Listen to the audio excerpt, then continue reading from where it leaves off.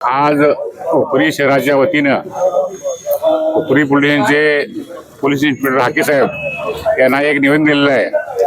तो विषय प्रामुख्यानं सर्व नागरिकांचा जिव्हाळ्याचा विषय आहे.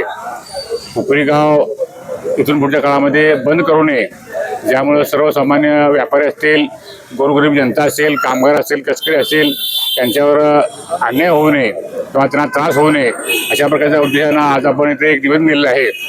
तर यामध्ये प्रामुख्यानं भारतीय जनता पक्ष, शिवसेना, RPI, मराठा समाज, त्यानंतर ज्येष्ठ नागरिक संघटना, त्यानंतर व्यापारी संघटना आणि विविध बजरंग दल वगैरे सर्व पक्षाच्या वतीनं, सर्व संघटनेच्या वतीनं निवेदन दिलेलं आहे.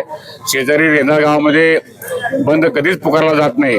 तर त्या धर्तीवर उपरी शहरामध्ये, उपरी शहर हे औद्योगिक शहर आहे, चांदी व्यवसायाचं एक मुख्य केंद्र आहे आणि या व्यवसायावर परिणाम होऊ नये किंवा त्या नागरिकांचा अन्याय होऊ नये म्हणून उपरी बंद कायमस्वरूपी बंद केला झाला पाहिजे, बंद होता कामा नये अशा प्रकारचे एक निवेदन दिलेलं आहे. ह्या ठिकाणचे हाके साहेबांनी त्या सकारात्मक विचार करून भविष्यामध्ये व्यापक बैठक घेण्याचं मान्य केलेलं आहे.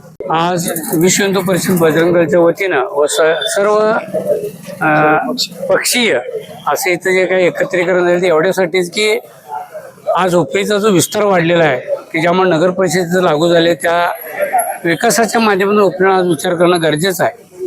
आज अनेक आंदोलनं होत आहेत या गावामध्ये, परंतु गाव बंद जे आपण एक डोक्यात घेतलेला आहे तो विषय एवढ्यासाठीच असावा की देव देश धर्म किंवा भगव्या झेंड्याच्या अस्तित्वाला कोणा धोका असेल, शिवछत्रपतींच्याबद्दल कोण काही बोलला असेल किंवा धर्माच्या अस्तित्वाला कुठचा धोका असेल तर त्यावेळी गाव बंद करणं हे सगळ्यांची गरज होऊन जाते. परंतु जे काही बाकीची शासकीय कामं असतील त्याचं तुम्ही आंदोलन करावं, संविधानात्मक त्यात मागणी करावी, त्यातून तुम्ही न्याय मिळवावा, पण त्यासाठी गावाला भेटी धरण्यात काही अर्थ नाही.